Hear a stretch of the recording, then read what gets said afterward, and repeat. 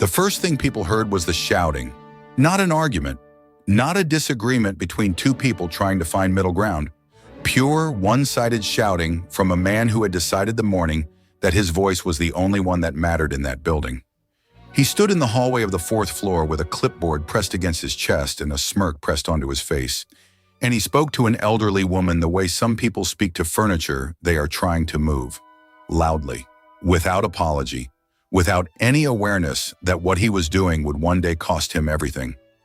Her name was Opaline, and she stood in the doorway of apartment 4C with her hands folded in front of her, wearing a cream-colored cardigan and slippers that had been resoled twice, looking at the man with an expression that was not fear, not anger, not confusion.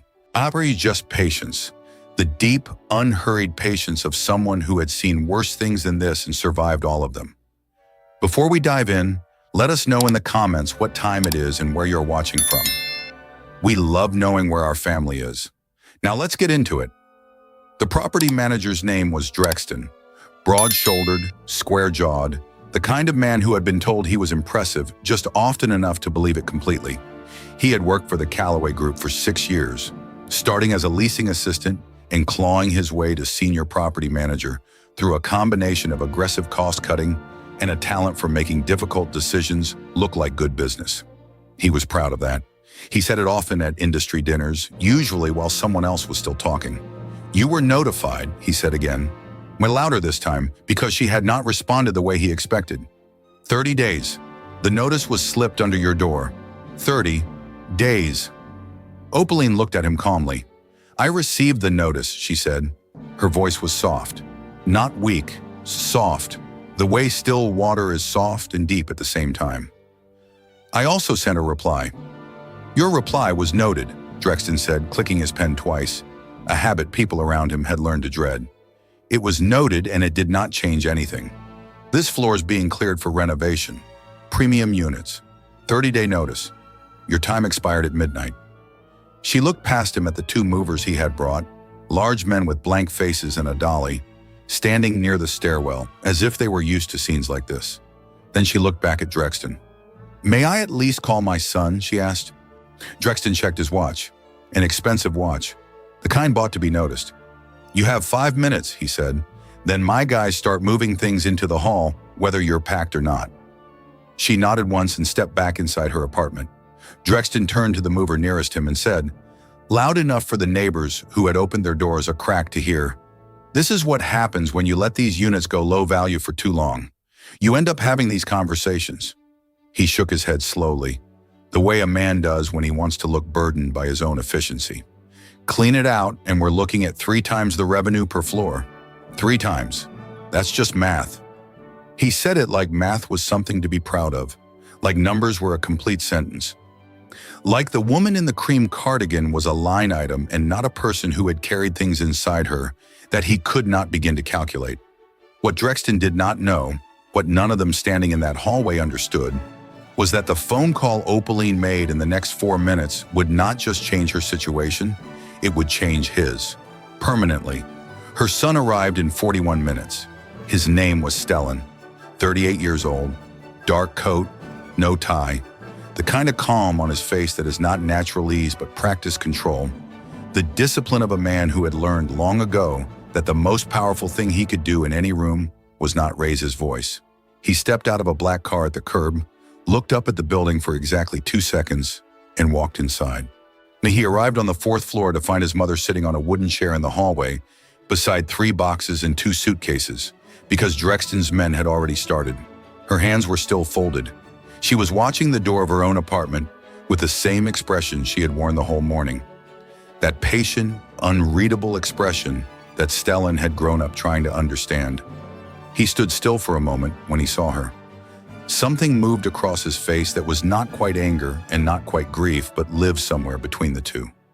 Then he walked to her, crouched down in front of her so his eyes were level with hers, and said quietly, "Are you all right?" "I'm perfectly fine," she said.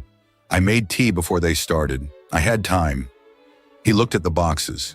He looked at the open apartment door, while he saw Drexton's mover carrying out a small side table with a lamp still attached to it. He stood slowly. He straightened his coat. "Which one is the manager?" he asked. Drexton appeared from inside the apartment before anyone could answer. He was holding his clipboard and talking to someone on his earpiece, and he glanced at Stellan the way he glanced at most people, with the brief, dismissive scan of a man who has already decided he is the most important person in any space he occupies. He looked at the coat. He looked at the shoes. He made a calculation. "Family?" he said.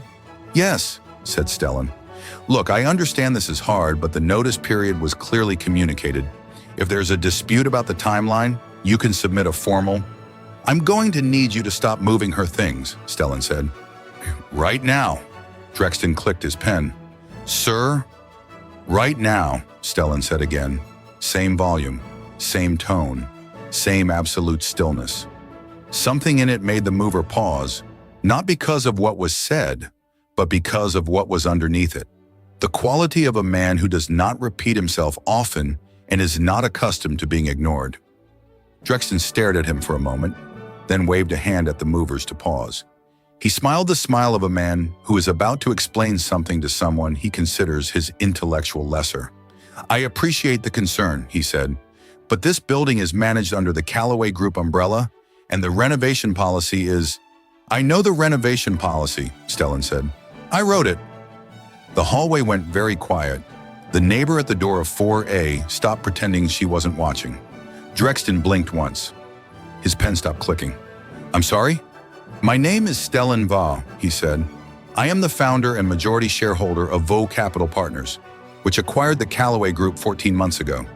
You received a briefing on the acquisition. Your signature is on the acknowledgement form." He reached into his coat and removed a folded document that had clearly been prepared before he drove here. He held it out without opening it. "This is a cease and desist on the eviction action. My legal team filed it 20 minutes ago. It names you individually." Drexton did not take the paper. His hand did not move. His face had done something complicated and involuntary, like a man who has stepped off what he thought was a stair and found nothing beneath his foot. He looked at the old woman on the chair. She looked back at him, still patient, still unreadable, still wearing her cream cardigan and her twice-resoled slippers, sitting in the hallway of a building her son technically owned. "She's your—" Drexton started. "My mother," Stellan said. And then he walked over, sat beside her on the empty box next to her chair, and waited for his lawyer to arrive.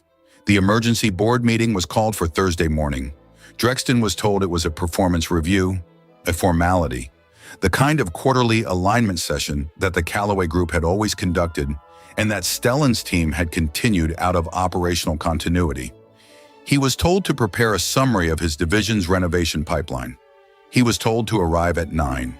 He arrived at 8:55 with a leather portfolio and a fresh haircut. He rode the elevator to the 22nd floor with the satisfied expression of a man who has survived a difficult week and expects to be recognized for it. There had been some noise about the eviction, some social media posts from neighbors in the building, one local news segment that had used the word heartless in a chyron. But Drexton had dealt with noise before. Noise faded. Numbers didn't. And his numbers were excellent. The conference room was already full when he pushed open the glass door. He recognized most of the faces. Divisional heads, the legal team, 2 board members he'd seen at the annual summit. He took the empty seat at the side of the long table and opened his portfolio. The chair at the head of the table was empty. Then the door on the far side of the room opened. She walked in without hurrying. He dressed in a charcoal blazer over a white blouse, hair pinned back, reading glasses hanging from the collar of her jacket, a leather folder under one arm, shoes that were sensible and polished and very, very still as she moved. No cream cardigan, no slippers. This was a different version of the same woman, and yet somehow her expression was exactly the same. That patient, fathomless calm that had never once in her life been weakness and had always been mistaken for it. Opaline took the chair at the head of the table. Drexton stared. Stellan sat to her right. He did not look at Drexton. He looked at his mother with an expression that was the closest thing to uncomplicated pride his face had ever managed. "Good morning," Opaline said. Her voice was the same voice that had asked for 5 minutes to call her son. Soft, not weak. "Thank you all for being here." She opened her leather folder. Inside it, a stack of documents with color-coded tabs, organized with the precision of someone who had spent decades working at the intersection of capital, strategy, and patience. She had prepared this herself, not because no one else could have done it, but because some things you prepare yourself when they matter enough. Most of you know me as the silent partner behind Vo Capital's founding structure, she said. I have been content to remain silent. That was a choice I made deliberately, and it has served us well. She looked up from the folder. I am going to be somewhat less silent this morning. Drexton's portfolio was still open on the table in front of him. He had not turned a single page, because what no one at that table except Stellan had fully known, what the internal org charts had never fully reflected, was the role Opaline had actually played in the birth of everything sitting in that room. 31 years ago, when Stellan was 7 years old and their apartment was smaller than the one on the 4th floor of a building she did not yet know she would one day own, she had taken a settlement check from a workplace injury, divided it into 3 parts, and used the first part to keep them fed, the second part to keep Stellan in school, and the third part to make a bet on a piece of commercial real estate that every licensed professional she consulted had told her was wrong. They were wrong, she was not. She had done it quietly because she had learned that quiet was how certain women survived in certain rooms. She had reinvested every return. She had read every brief, every prospectus, every lease structure that crossed her son's desk in the years before his firm was large enough to have anyone else reading those things. She had never taken a salary. She had never taken a title. She had chosen an apartment on the 4th floor of a building in an ordinary neighborhood and paid her rent every month and eaten her own cooking and let her son become the face of something she had helped build from the ground up. She had chosen that life on purpose, not because she had no other options, because she believed that a person who forgets where they come from eventually loses the instinct that built everything they have. Now she placed the first document on the table. It was a summary, 47 pages, compiled over 9 months by a firm Opaline had quietly retained after she first noticed patterns in the Callaway Group's tenant displacement records. Building after building, low-income tenants, elderly residents, longtime community anchors pushed out through procedural pressure, manufactured lease violations, and the selective enforcement of renovation policies. Not random, systematic. A philosophy of bottom-line management executed with just enough legal cover to avoid the first lawsuit and just enough aggression to ensure the second one never came, because the people being displaced rarely had the resources to file it. Drexton had not invented the philosophy, but he had perfected it, and he had been proud of that. I've reviewed the documentation, Opaline said, sliding a tabbed copy toward the head of legal. I'd like to give our colleague here an opportunity to address the findings before we move to the next item. She looked at Drexton, not with anger, with the same attention she had given him in the hallway of the 4th floor, complete and unhurried and absolutely clear. Mr. Drexton, you explained your approach to this building's renovation pipeline as a matter of math. She let that sit for a moment. Would you like to explain the math to me? The room was so quiet that the ventilation system became audible. Drexton looked at the copy in front of him. 47 pages, color-coded. His name appeared 17 times in the first section alone. He looked at the woman at the head of the table, the woman he had given 5 minutes to call her son, the woman whose lamp was still attached to her side table when his mover carried it into the hall. He did not explain the math. He did not say anything at all. 2 cameras were waiting outside the building when Drexton left, not because anyone had tipped off the press in a calculated media strategy, but because one of the neighbors on the 4th floor, a retired school teacher named Bertrand, who had watched everything from his cracked door and filmed 30 seconds of it on his phone, had posted the clip 4 days earlier, and those 30 seconds had traveled farther than Drexton's entire career. The Chiron that used the word heartless had been one of 11 segments. The question people kept asking in comment sections in barbershops, in the comments of every repost, was not just who Drexton was, it was who she was. The woman in the cream cardigan sitting on the box in the hallway, with her hands folded, looking at a man who had taken everything she owned and put it in the hall, and showing him nothing that resembled defeat. Now they knew. The legal termination was effective immediately, signed by 3 board members and witnessed by Stellan's general counsel in a room that Drexton left 17 minutes after he entered it. The formal findings were filed with the city's housing authority the same afternoon. 3 additional buildings were flagged for review. 2 pending evictions were halted. The story ran on 4 outlets before evening. The conversion announcement came the following week. Opaline stood at a small podium outside the building on the 4th floor of which she had lived for 11 years. She wore the blazer again. She kept her remarks brief because she had never believed that the number of words you used said anything about the weight of what you meant.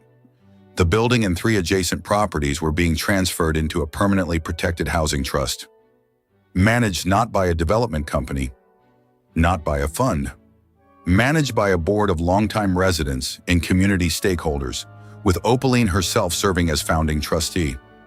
Rents would be capped. Leases would be stable. The renovations would still happen because the buildings genuinely needed work, but the work would be done for the people already living there, not as a mechanism to remove them. "I lived here by choice," she said at the podium, and the people who had gathered on the sidewalk and the steps and leaning out of windows above heard something in that sentence that was more than a statement about an address. "Not because I had nowhere better to go, because I believe that what you build is only as true as the ground it stands on, and the ground it stands on is people." She stepped back from the podium. She did not take questions. She did not stay for photographs. Stellan walked with her to the elevator and rode up to the 4th floor. Her apartment had been restored exactly as it was, every item returned to the position it had occupied before Drexton's movers lifted it. The lamp was back on the side table. The twice-rezzled slippers were on the floor beside the bed. The cream cardigan was on the hook by the door. She sat in her chair by the window, the way she always did in the late afternoon, with a cup of tea in the same leather folder, already open to the next set of documents she had been reviewing before the morning of the eviction interrupted her. Stellan sat across from her in the chair he had sat in since he was 7 years old. "You could have told them years ago," he said. "Any of it. All of it." She looked at him the way she had always looked at him when he said something she considered slightly beside the point. "I told you," she said. "You know what I mean." She was quiet for a moment. Outside, the late light was doing something complicated across the rooftops. The city was doing what it always did, moving, honking, not looking up. "Power that needs to announce itself," she said finally. "And is usually afraid of something." She turned a page. "I was never afraid." She went back to reading, and that was all she said about it, because it was all that needed saying. Everything else, the 47 pages, the transferred properties, the new trust, the man who had carried her lamp into the hallway and told the world she was a line item, all of it had already said the rest. In the end, the only thing that had needed to change was the one thing Drexton never thought to question.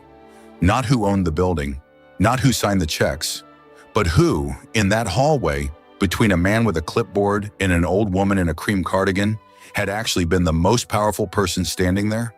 The answer had always been the same. He just never thought to ask the question. Like and subscribe if this story moved you, and come back for the next one, because the truth always finds its way home.